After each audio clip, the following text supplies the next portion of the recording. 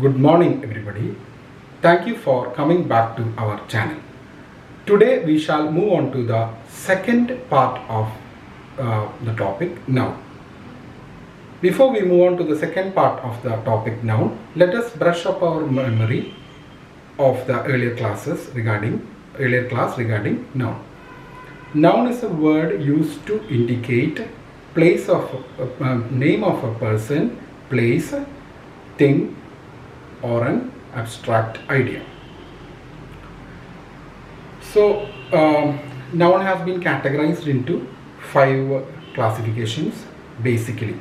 There are actually countable and non-countable, uncountable nouns, but basically noun has been classified into 5 categories.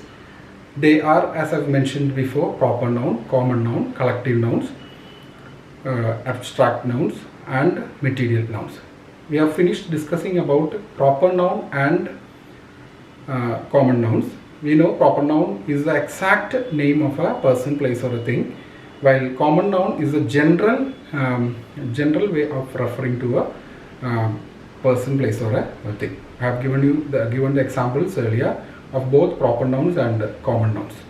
Now we are moving on to the third category of nouns. They are collective noun. It is collective noun. Third category is collective noun. Collective noun is a collective noun refers to the name of a group of persons or things taken together and spoken as a whole, as unit. For example, team, committee, army, crowd, groups, swarms, etc. are all examples for collective nouns. From the topic collective nouns, we usually get questions for about 1 to 2 marks. It will be in the form of a fill in the blank. And one more thing is that collective noun usage is very important even for competitive examinations. So it is good that you get a concrete idea about the usage of collective noun. Now let us move on to the example regarding collective noun. The steering committee meets every day. The steering committee meets every day. It shows that the committee meets or conducts meeting every day. Here the committee is the collective noun. Before we analyze the example, let us move on to the earlier examples of collective nouns. That is team. Team stands for team of players. Committee stands for committee of organizers or committee of administrators. Then army stands for a collection of soldiers as well as a collection of ants. Collection of ants are also called as army. Then crowd stands for a group of people in a public place like market or or any other public place. Group, you know, that normal usage group, a large number of people. People or whatever it is referred to. Swarm refers to a swarm of eels. Eels is a kind of fish that is normally found in fields, paddy fields. So these are the meanings, or these are the collective noun forms of the certain groups I have mentioned. So I hope I have made that point clear. Now let us come back to the example of the previous example in which I have stated the collective noun committee in a sentence. Here the steering committee means the committee which is controlling meets every day. So committee is the collective noun here. It's a group of persons who are concerned with administration. So now in here we have noted one thing, that here the singular verb is used here. Here we have used singular verb. Here the S form is used. So from this example you can you can learn it inductively that the rule which is underlying the particular sentence. Normally the rule is that collective noun takes singular verb in general. The rule behind collective noun is that collective noun takes singular verb in general. That is why we are here, the steering committee meets every day. It's not meet is a plural form, meets every day, that is a singular form of verb. So if you are learning it deductively, we can understand it by knowing the rule. The rule is that collective noun takes singular verb in general. So that you have to keep in mind. In case collective noun is not using singular verb, it is an exceptional case where that is not a collective noun, it is actually a common noun that is being used. So now let us move on to the other examples. The flock of geese spends most of the time in pasture. So flock of geese means the flock is a collective noun there. Geese is a kind of bird, and spends is the singular verb used here.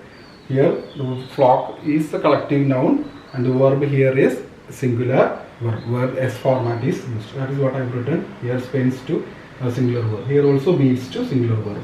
So the flock of geese spends most of the time in the pasture. Here the flock refers to the collective noun, and spends here it is the singular verb is used in this particular sentence. So we have to keep in mind that whenever a collective noun is used, you have to use singular verb.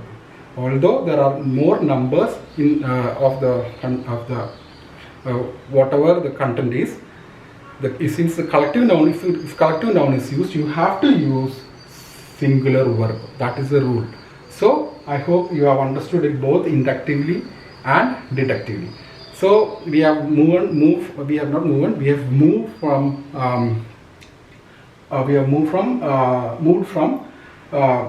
examples to the rule, as well as from the rules to the examples. So it is good that you compare and learn it in both ways, so you get a better, efficient, effective idea about the usages. So that is good. Now let us move on to the common examples of collective nouns. Common examples of collective nouns are flock. Flock refers to group of number of sheep or birds. It has double usage, can be used for sheep as well as usage. Then litter, number of puppies or number of puppies, a group of puppies, it is called litter. And herd is a collective noun for deer. Then batch is a collective noun for cakes. We have studied that collective noun stands for studied that collective noun stands for things also, not only persons and living things. It stands for things also. Now let us move on to the next. Hive is the collective noun for bees, and cast is the cast of actors. You see it like that, cast of actors. Cast is the collective noun of actors. Now there are several other examples also, like sentence of judges, a gang of thieves, and many other examples are there. So it is an interesting thing that for people who are preparing for competitive examinations, keep on learning these collective nouns, so that they get these answers in a very easier way. So normally in our question paper, they give us a simple sentence with a blank space that has to be filled up with the correct collective noun. So that is in case of our question paper. But for competitive examination, they have more marks that is hidden, that is there from this particular zone or the topic. So that is what there are many examples for collective noun. And as I've said before, generally noun has been divided into two categories, that is countable and uncountable nouns. Uncountable nouns, like as the name suggests, countable nouns are those which can be counted, and uncountable nouns, as the name suggests, it cannot be counted. For example, furniture, oxygen, such things which cannot be counted are said to be uncountable nouns. That is another way of classifying nouns. But basically nouns are divided into 5 categories. That is what I have explained before. So I hope I have made this point clear. I will just move from this particular way, and I will just put on the focus to the board, so that you get a better idea and better vision of this, what I have written on the board. The thing is that rule has to be kept in mind, that collective noun takes singular verb in general. I have given the examples also. The steering committee meets. It's not meet, it's meets every day. ഇനി ഇതിൻ്റെ മലയാള തർജ്ജമ ഞാൻ പറഞ്ഞു തരാം. ഇന്ന് നമുക്ക് നൗണിൻ്റെ രണ്ടാം സെഷനിലെ ക്ലാസ്സാണ് നമ്മൾ നോക്കുന്നത്. നൗൺ നമ്മൾ ആദ്യത്തെ ക്ലാസ്സിൽ പഠിച്ചതുപോലെ നൗൺ എന്ന് പറയുന്നത് ഏതെങ്കിലും ഒരു വ്യക്തിയുടെയോ സ്ഥലത്തിൻ്റെയോ സാധനത്തിൻ്റെയോ ഒരു ഐഡിയയുടെയോ പേരിനെ സൂചിപ്പിക്കാൻ ഉപയോഗിക്കുന്ന വാക്കാണ് നൗൺ. നൗൺ സാധാരണയായിട്ട് 2 കാറ്റഗറി ആയിട്ടാണ് ബേസിക്കലി ഡിവൈഡ് ചെയ്തിട്ടുള്ളത്. അതായത് കൗണ്ടബിൾ നൗൺസും അൺകൗണ്ടബിൾ നൗൺസും. പേര് സജസ്റ്റ് ചെയ്യുന്നതുപോലെ കൗണ്ടബിൾ നൗൺസ് നമുക്ക് കൗണ്ട് ചെയ്യാൻ പറ്റും, അൺകൗണ്ടബിൾ നൗൺസ് ആണെങ്കിൽ നമുക്ക് കൗണ്ട് ചെയ്യാൻ പറ്റാത്ത നൗൺസാണ്. കൗണ്ടബിൾ നൗൺസ് എന്ന് പറയുമ്പോൾ നമുക്ക് കൗണ്ട് ചെയ്യാൻ പറ്റാവുന്ന നൗൺസും മറ്റേ അൺകൗണ്ടബിൾ എന്ന് പറയുമ്പോൾ കൗണ്ട് ചെയ്യാൻ പറ്റാത്ത നൗൺസിനെയാണ് അൺകൗണ്ടബിൾ നൗൺസ് എന്ന് പറയുന്നത്. ഇനി ജനറലി ഏറ്റവും ഇമ്പോർട്ടൻ്റ് ആയിട്ട് ജനറലി നൗൺസിനെ 5 തരമായിട്ട് ക്ലാസിഫൈ ചെയ്തിട്ടുണ്ടെന്ന് ഞാൻ നേരത്തെ ക്ലാസ്സിൽ പറഞ്ഞു തന്നിട്ടുണ്ട്. ആ 5 തരം ഞാൻ നിങ്ങൾക്ക് ആദ്യം പറഞ്ഞു തന്നിട്ടുണ്ട്. പ്രോപ്പർ നൗണും, കോമൺ നൗണും, അതുപോലെ തന്നെ കളക്റ്റീവ് നൗണും, അബ്സ്ട്രാക്ട് നൗണും, അതുപോലെ തന്നെ മെറ്റീരിയൽ നൗണും ഞാൻ മുന്നേ ക്ലാസ്സിൽ പറഞ്ഞു തന്നിട്ടുണ്ട്. അതിൽ പ്രോപ്പർ നൗൺ എന്ന് വെച്ച് കഴിഞ്ഞാൽ എക്സാക്റ്റ് ആയിട്ടുള്ള പേര്, വ്യക്തിയുടെയോ സ്ഥലത്തിൻ്റെയോ സാധനത്തിൻ്റെ എക്സാക്റ്റ് ആയിട്ട് പേര് സൂചിപ്പിക്കുന്നതാണ് പ്രോപ്പർ നൗൺ. കോമൺ നൗൺ എന്ന് പറഞ്ഞാൽ ജനറൽ ആയിട്ടുള്ള ഒരു പേര് നമ്മൾ വ്യക്തിയുടെയോ സാധനത്തിൻ്റെയോ സ്ഥലത്തിനോ കൊടുക്കാറുണ്ട്. അത് ഉദാഹരണത്തിന് ടൗൺ, നേരത്തെ ക്ലാസ്സിൽ എക്സാമ്പിൾ ആയിട്ട് പറഞ്ഞതുപോലെ ടൗൺ അല്ലെങ്കിൽ ഫ്രണ്ട് എന്നൊക്കെ പറയുന്നത് കോമൺ നൗണാണ്. ആ സമയം പ്രോപ്പർ നൗൺ ആണെങ്കിൽ എക്സാക്റ്റ് ആയിട്ടുള്ള പേരിനെയാണ് നമ്മൾ സൂചിപ്പിക്കുന്നത്. Tone is my friend. Tone എന്ന് പറയുന്നത് എക്സാക്റ്റ് ആയിട്ടുള്ള പേരാണ്. ഐ ലിവ് ഇൻ കൊച്ചി എന്ന് പറയുന്നത് എക്സാക്റ്റ് ആയിട്ടുള്ള സ്ഥലത്തിൻ്റെ പേരാണ്. അപ്പോൾ അത്തരം വ്യത്യാസങ്ങൾ കോമൺ നൗണും പ്രോപ്പർ നൗണും തമ്മിലുണ്ട്. ഇനി നമ്മൾ ഇന്ന് പഠിക്കാൻ പോകുന്നത് കളക്റ്റീവ് നൗണാണ്. നമ്മുടെ പരീക്ഷയ്ക്ക് ഏറ്റവും ഇമ്പോർട്ടൻ്റ് ആയിട്ടുള്ള ഭാഗമാണ് കളക്റ്റീവ് നൗൺ. കളക്റ്റീവ് നൗണിൽ നമുക്ക് 1 തൊട്ട് 2 വരെയുള്ള മാർക്കുകൾ ചോദ്യത്തിന് വരാറുണ്ട്. മത്സര പരീക്ഷകൾക്ക് പോലും കളക്റ്റീവ് നൗണ് ചോദ്യമായിട്ട് വരാറുണ്ട് എന്ന കാര്യം നിങ്ങൾ മറക്കരുത്. ഇനി കളക്റ്റീവ് നൗണിൻ്റെ എക്സാമ്പിൾ പറഞ്ഞു തരാം. കളക്റ്റീവ് നൗണിനെ ഈ സെൻറ്റൻസ് നമുക്ക് നോക്കാം. The steering committee meats every day. ഇതിലെ കമ്മിറ്റി എന്ന് പറയുന്നതാണ് കളക്റ്റീവ് നൗൺ. ഒരു കൂട്ടം വ്യക്തികളെ സൂചിപ്പിക്കുന്നതാണ് കമ്മിറ്റി. അപ്പോൾ അതുകൊണ്ട് കളക്റ്റീവ് നൗണായിട്ട് ഇവിടെ വരുന്നത് കമ്മിറ്റിയാണ്. ഇനി മറ്റ് എക്സാമ്പിളുകളും കളക്റ്റീവ് നൗൺസിലുണ്ട്. എക്സാമ്പിൾ ടീം ഓഫ് പ്ലേയേഴ്സ് കളിക്കാരുടെ ഒരു കൂട്ടം. അതുപോലെ തന്നെ കമ്മിറ്റി നമ്മൾ നേരത്തെ ഡിസ്കസ് ചെയ്തു. കമ്മിറ്റി ഓഫ് അഡ്മിനിസ്ട്രേറ്റേഴ്സ്, അധികാരികളുടെ ഒരു കമ്മിറ്റി എന്ന് നമ്മൾ പറയാം. ആർമി 2 തരത്തിലുണ്ട്. പട്ടാളക്കാരുടെ ആർമിയുണ്ട്. ഉറുമ്പുകളുടെ കൂട്ടത്തിനെയും ആർമി എന്ന് പറയും. ക്രൗഡ്, ജനക്കൂട്ടത്തെ ക്രൗഡ് എന്ന് പറയാം. അതൊരു കളക്റ്റീവ് നൗണാണ്. ഗ്രൂപ്പ് ജനറൽ ആയിട്ടുള്ള ഒരു വാക്കാണ് നമുക്ക് ഗ്രൂപ്പ് എന്ന് പറയുന്നത്, നമുക്കറിയാവുന്നതാണ്. പിന്നെ സ്വാം എന്ന് പറയുന്നത് ഒരു കൂട്ടം പ്രത്യേക തരത്തിലുള്ള മീനുകളെ ഉദ്ദേശിച്ചാണ് സ്വാം എന്ന് നമ്മൾ കളക്റ്റീവ് നൗണ്, ആ മീനുകൾക്ക് വേണ്ടിയിട്ടാണ് കളക്റ്റീവ് നൗണ് ഉപയോഗിക്കുന്നത്. ഇനി അതുപോലെ തന്നെ കളക്റ്റീവ് നൗണിന് ബേസ് ചെയ്തിട്ടുള്ള ഒരു റൂള്, ഏറ്റവും പ്രത്യേകതയേറിയ ഒരു റൂള് നമ്മൾ പഠിച്ചിരിക്കണം. കളക്റ്റീവ് നൗണിനെ ബേസ് ചെയ്തിട്ട് കളക്റ്റീവ് നൗൺ ഉപയോഗിക്കുമ്പോൾ നമ്മൾ സിംഗുലർ വെർബാണ് ഉപയോഗിക്കേണ്ടത്. നമ്മൾ നേരത്തെ ഉദാഹരണത്തിൽ ദ സ്റ്റിയറിംഗ് കമ്മിറ്റി മീറ്റ്സ് എന്ന് ഉപയോഗിച്ചത്. മീറ്റ്സ് എന്ന് പറയുന്നത് വെർബിന്റെ സിംഗുലർ ഫോമാണ്.